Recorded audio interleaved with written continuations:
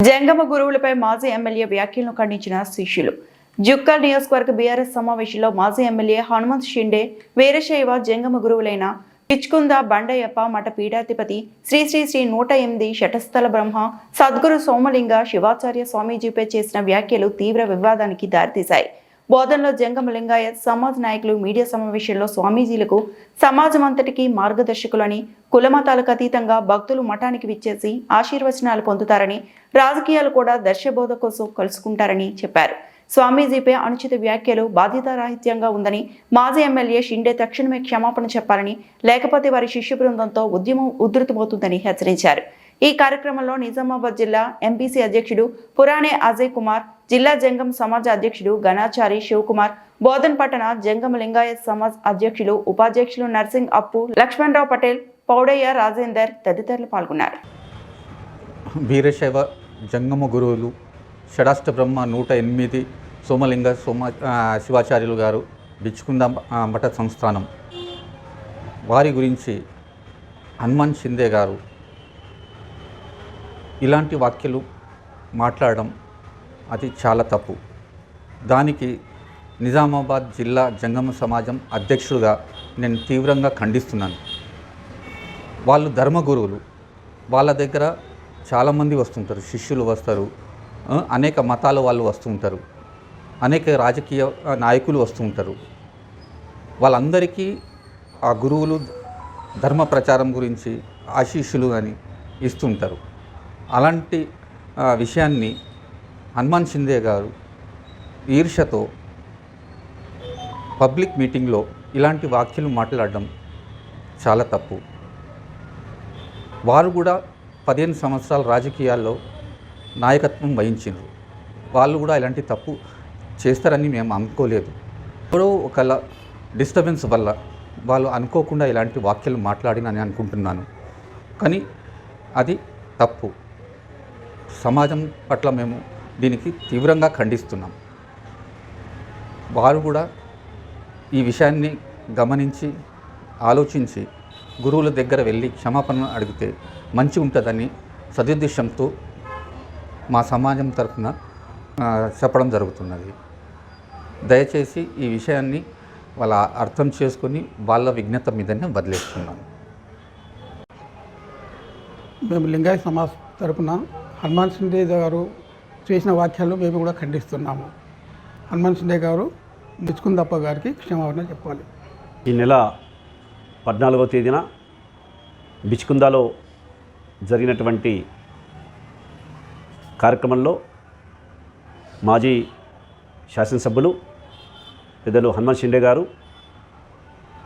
మరి ఎంతోమంది శిష్యులతో నిత్యం ఆధ్యాత్మిక ప్రపత్తి కలిగినటువంటి బిచ్కుంద మఠం పైన మఠాధిపతులైనటువంటి శటస్థల బ్రహ్మ సోమలింగ శివాచార్య స్వామీజీ పైన అనుచిత వ్యాఖ్యలు చేయడం అన్నటువంటిది మరి భక్తులందరికీ ఆశ్చర్యాన్ని గురిచేసింది.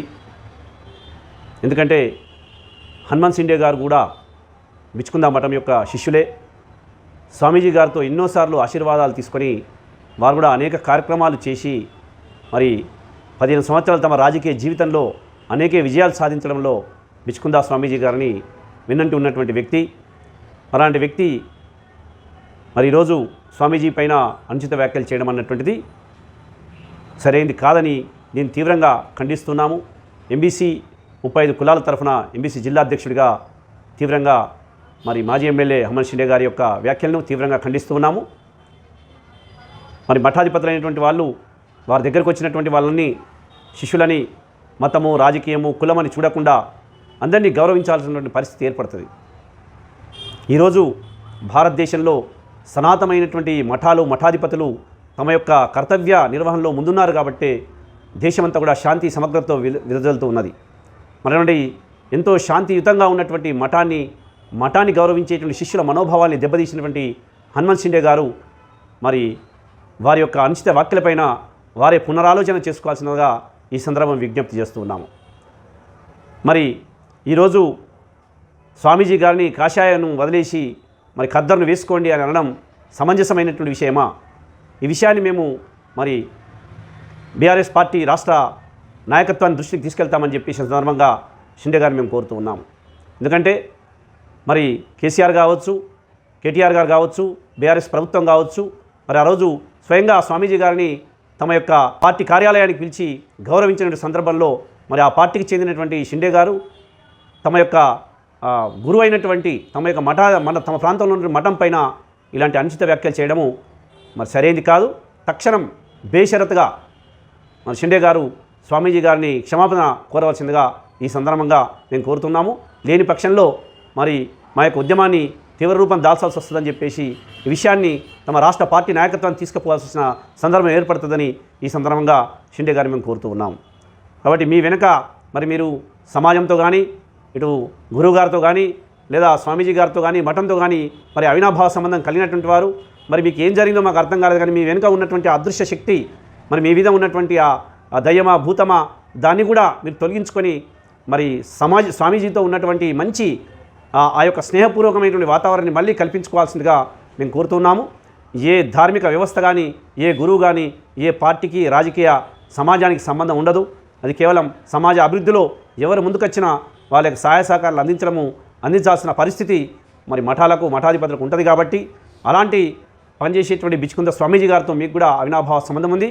మరి మీ పైన మీ మెదడులో ఉన్నటువంటి, మీ వెనుక నడిపిస్తున్నటువంటి ఆ దుష్ట శక్తిని మీరు తొలగించుకొని స్వామీజీ గారితో తక్షణం మీరు మమేకమై మళ్ళీ మీరు బాగా ఉండాలని చెప్పేసి తక్షణమే మరి స్వామీజీ గారిని క్షమాపణ కోరాలని చెప్పేసి ఎంబీసీ పక్షాన మరియు అదేవిధంగా జిల్లా జంగమ సమాజం పక్షాన మేము హనుమంత్ షిండే గారిని తీవ్రంగా కోరడం జరుగుతున్నది. మరిన్ని అప్డేట్స్ కోసం మా ఛానల్ని సబ్స్క్రైబ్ చేయండి.